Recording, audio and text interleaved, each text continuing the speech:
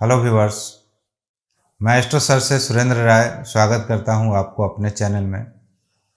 और नया वर्ष अब दूर नहीं है, इसलिए मैं नए वर्ष की आपको शुभकामनाएं देता हूं और ईश्वर से यही प्रार्थना करता हूं कि आपका नया वर्ष मंगलमय हो। 2023 में कुछ खास ग्रहों का राशि परिवर्तन होने जा रहा है, जिनमें कि शनि हैं, गुरु हैं, राहु हैं, केतु हैं। अब ये कैसा रहेगा 2023 तुला राशि वालों के लिए, तुला लग्न वालों के लिए, क्योंकि जो मेरा वार्षिक फल है आप इसे राशि के अनुसार भी देख सकते हैं और लग्न के अनुसार भी देख सकते हैं। आप इसे नामाक्षर के अनुसार भी देख सकते हैं। कैसा रहेगा इनका हेल्थ, वेल्थ, नेम, फेम, इन सारी चीज़ों पर आज हम विस्तृत चर्चा करेंगे। लेकिन एक रिक्वेस्ट आपसे हम जरूर करेंगे मित्रों कि यदि आप नए हैं और मेरे चैनल को अभी तक आपने सब्सक्राइब नहीं किया है तो कृपया सब्सक्राइब जरूर कर लेंगे और बेल आइकन को दबाना मत भूलिएगा, ताकि मेरे नए वीडियो की जानकारी आपको हमेशा होती रहे।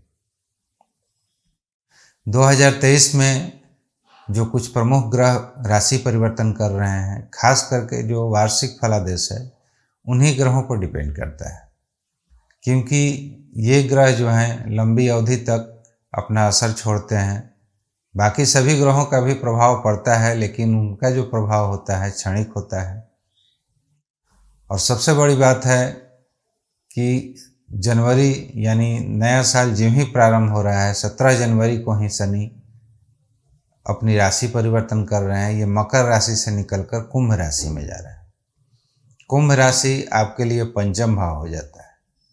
शनि दो बहुत ही अच्छे घर को लेकर बैठे हुए हैं आपके तुला राशि वालों के लिए, मालिक हैं ये चौथे घर के और पांचवें घर के। चौथा घर सुख संपत्ति का होता है, पांचवा घर विद्या का होता है, संतान का होता है। अतः जिन ही शनि 17 जनवरी 2023 को मकर राशि से निकलकर कुंभ राशि में जाएंगे, तो अब आपकी कुछ दिनचर्या बदलने वाली है। आप शिक्षा ग्रहण की तरफ जाइएगा। यदि आप भविष्य में कुछ सीखना चाहते थे, समय आपको नहीं मिल पा रहा था, भले आप नौकरी में क्यों ना हो, किसी व्यवसाय में क्यों ना हो, लेकिन अब पूरी उम्मीद है कि आप कुछ न कुछ नया चीज़ सीखने का कोशिश कीजिएगा, या ये समय आपको मौका देगा कि आप सीख लीजिए। यदि स्टूडेंट लाइफ में हैं तो बहुत ही बढ़िया बात है। कोई ना कोई आप कॉम्पिटिटिव एग्ज़ाम वगैरह का अगर तैयारी करते हैं तो पूरी संभावना है कि ये इस साल में या अगले 2-2.5 साल में आप पूरी मेहनत कीजिएगा, जिसका रिजल्ट आने वाले भविष्य में आपको ज़रूर मिलेगा। संतान की तरफ से भी अच्छी खुशखबरी आ सकती है। जो माताएं बहनें कंसीव करना चाहती हैं उनके लिए अब यह समय बहुत ही बेहतर हो रहा है। आप इसका फ़ायदा उठाएं। यदि आपके संतान कहीं बाहर पढ़ते हैं तो उनके तरफ से भी आपको खुशखबरी मिल सकती है। तो ये तो रहा कि शनि जिस भाव में जाएंगे उसका क्या फल करेंगे। लेकिन अब आइए हम शनि के दृष्टियों के बारे में चर्चा करते हैं। जहाँ जहाँ ये दृष्टि डालेंगे वहाँ वहाँ पर भी प्रभाव तो ज़रूर पड़ेंगे। हालांकि शनि की दृष्टि बहुत अच्छी नहीं होती है, खास करके इनकी जो तृतीय दृष्टि है उसमें थोड़ा सा संघर्ष वगैरह होता है। तो इनकी जो तृतीय दृष्टि है वो पड़ रही है आपके सप्तम भाव पर। सप्तम भाव पर पहले से ही राहु बैठे हुए हैं।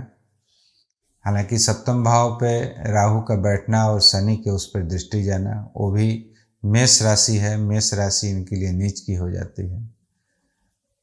तो सप्तम भाव व्यापार का होता है, पार्टनरशिप का होता है, पति पत्नी क्या होता है। अतः इन चीज़ों में कोई न कोई संघर्षों का आपको सामना करना पड़ेगा। यदि आप व्यवसायी हैं, व्यापार करते हैं, तो उसमें थोड़ी बहुत दिक्कत आ सकती है आपकी। समय संघर्षशील हो सकता है। पति पत्नी का जो संबंध है वो थोड़ा सा, अगर पहले से कोई बिगाड़ चल रहा है तो हो सकता है कि ये समय और बद से बदतर हो जाए। इसलिए थोड़ा सा रिश्ते को आप बनाए रखें तो ज़्यादा बेहतर है। पति पत्नी से किसी न किसी तरह से ये दूरी बनाने का कोशिश करेंगे। हालांकि ये समय लंबा नहीं है, लेकिन फिर भी ये साल के अंत तक करीब इस तरह का कंडीशन या इस तरह का सिचुएशन आपके सामने रखेंगे। कारण जो भी हो, लेकिन थोड़ी सी दूरी ये बनाने का कोशिश जरूर करेंगे शनि। अब इनकी जो सप्तम दृष्टि है वह जा रही है आपके आय भाव पर। तो सप्तम दृष्टि के कारण आय तो बहुत बढ़िया नहीं कहा जा सकता, लेकिन फिर भी उतना प्रभावी नहीं होगा, मिला जुला कर ठीक ही रहेगा। अब इनकी जो दसम दृष्टि है वह जा रही है आपके धन भाव पर, परिवार भाव पर, वाणी भाव पर। तो थोड़ी सी वाणी में आप संयम बरतें।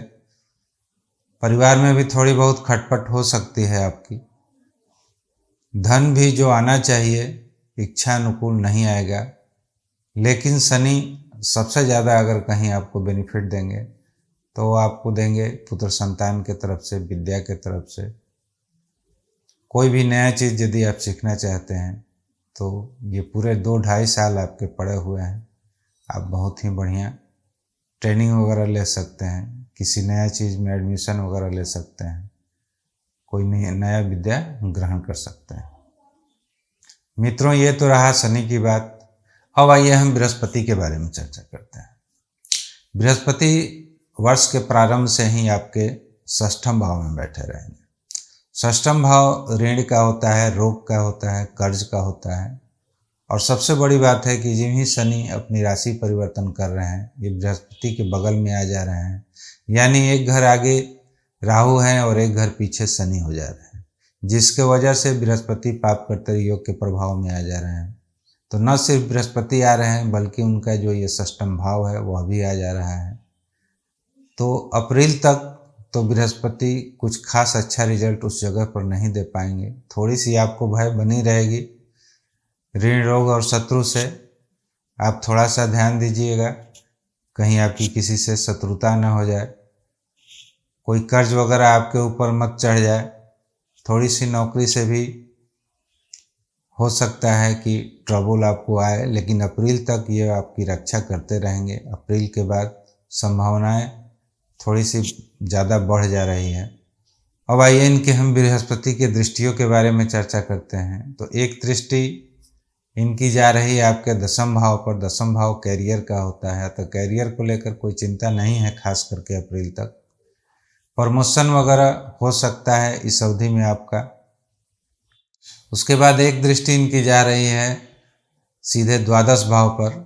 खर्च वगैरह थोड़ी सी आपको ये करा देंगे, लेकिन जो भी खर्च होगा वो धार्मिक कामों पर ही होगा, अनर्गल खर्च होने की संभावना नहीं है। अब इनकी जो नवम दृष्टि है वह जा रही है आपके द्वितीय भाव पर। द्वितीय भाव धन का होता है, अतः धन के बारे में अप्रैल तक आपको कोई चिंता करने की बात नहीं है। अप्रैल तक धन का आगमन जैसा होता था वैसा होता रहेगा।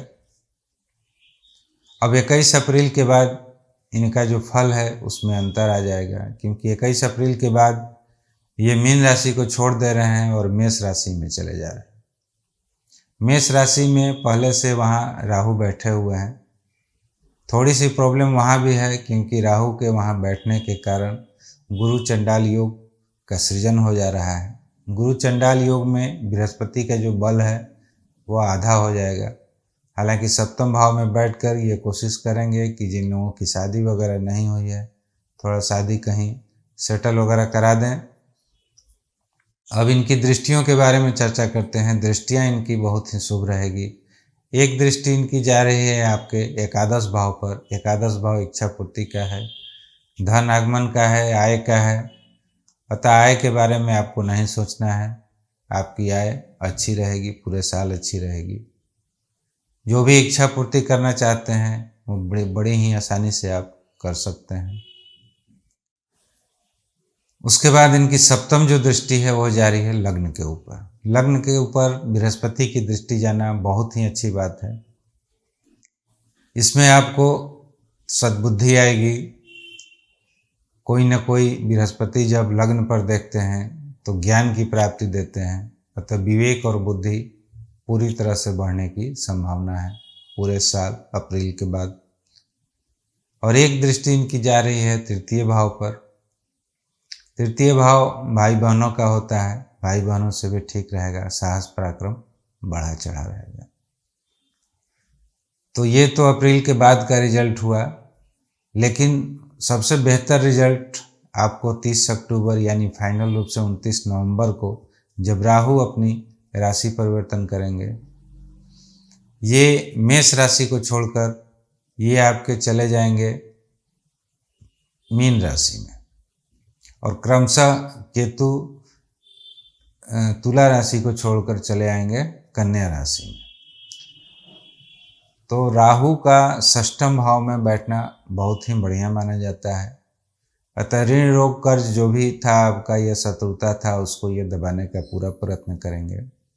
अभी तक राहु और केतु से जो आप मानसिक रूप से परेशान थे, उसमें आपको राहत मिलेगी। नाहक आपको चिंताएं, टेंशन घेरे हुए रहती थी पिछले करीब 1-1.5 साल से, तो उससे अब आपको मुक्ति मिलेगी। अब आप खुशहाल रहने लगिएगा, इसमें दो मत नहीं है। साथ में बृहस्पति की अब पूर्ण दृष्टि यानी पूरी ताकत के साथ आपके लग्न के ऊपर दृष्टि पड़ेगी। अतः समाज में मान प्रतिष्ठा की अब आपकी वृद्धि होनी चालू हो जाएगी। खैर, अंत भला तो सब भला, यानी वर्ष के अंत आते आते तक आपका जो हर तरह का रिजल्ट है बहुत बढ़िया हो जाएगा। जो भी पाप कर्तरी योग लगा हुआ था, गुरु चंडाल योग लग रहा था, वो सारे राहु के परिवर्तन से, राशि परिवर्तन से ये दूर हो जाएंगे। अतः मित्रों, आज के लिए इतना ही। तो ये रहा आपके पूरे साल का एक संक्षिप्त विवरण। बाकी अलग अलग व्यक्तियों का अलग अलग चार्ट होता है, सारा चीज़ इसी पर नहीं डिपेंड करता है। अगर आप विशेष जानकारी चाहते हैं तो कृपया कंसल्ट करके आप अपनी कुंडली वगैरह दिखा सकते हैं। यदि मेरा कंटेंट अच्छा लगे तो कृपया लाइक, शेयर एंड सब्सक्राइब जरूर करें। नमस्कार।